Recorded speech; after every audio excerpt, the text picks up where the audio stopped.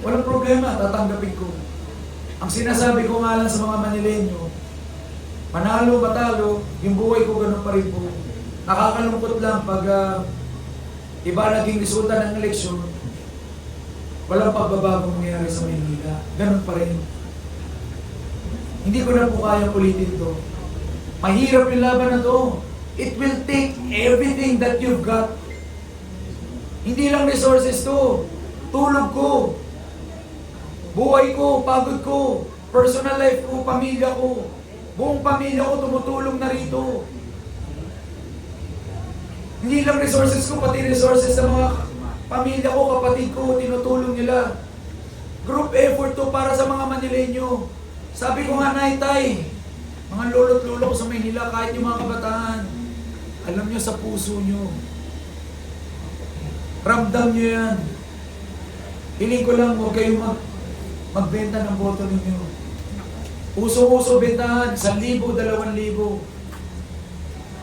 Sige, tanggapin mo, pero sana bumoto ka ayon sa konsensya mo.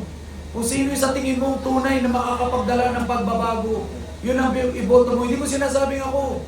Pag-isipan mo, pag-aralan mo anong ginawa namin sa mga buhay namin. Ano kami ngayon?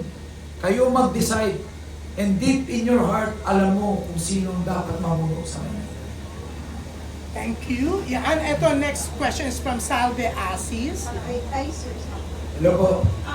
Mahirap siya financially, pero paano mentally, physically? Hindi ka ba nagka-suck during the time na grabe yung kampanya? Sabi ko nga, Ang daming tao. sabi ko nga po, buti na lang, prepare ako ng Diyos dito. Not just physically, not just mentally, not just financially. Bawat aspeto ng buhay ko, prepare ako ng Panginoon para sa sitwasyon na to. Pina-asenso niya ako, so may panlaban ako. Pinagaling niya ako, sumarunong ako magsalita at nakakapag-isip ako ng magagandang programa. Pinatalino niya ako, binigyan niya ng pag-aaral, binigyan niya ako ng puso, pinalakas niya yung katawan ko. I've been doing marathons. Kumbaga, ang dami ko na rin laban sa buhay. Lahat mahirap. Mahirap umasenso ha. Maraming namatay hindi umasenso. Mahirap magpalago ng negosyo. Mahirap mag-marathon. Mahirap maging valedictorian. Mahirap makapasok sa UP. Mahirap maging engineer. Mahirap maging CEO, maging presidente, pati ibang kumpanya. Pero lahat po yung kinaya ko. Sa tingin ko po, kaya siguro dinaanan ko lahat yun at nilagpasan ko at pinanalo ko. Inihanda ko ng Panginoon para ho sa moment na to, nilagay niyo sa sitwasyon na to, at alam ko may plano sa akin ng Panginoon para baguhin at sakipin yung Maynila.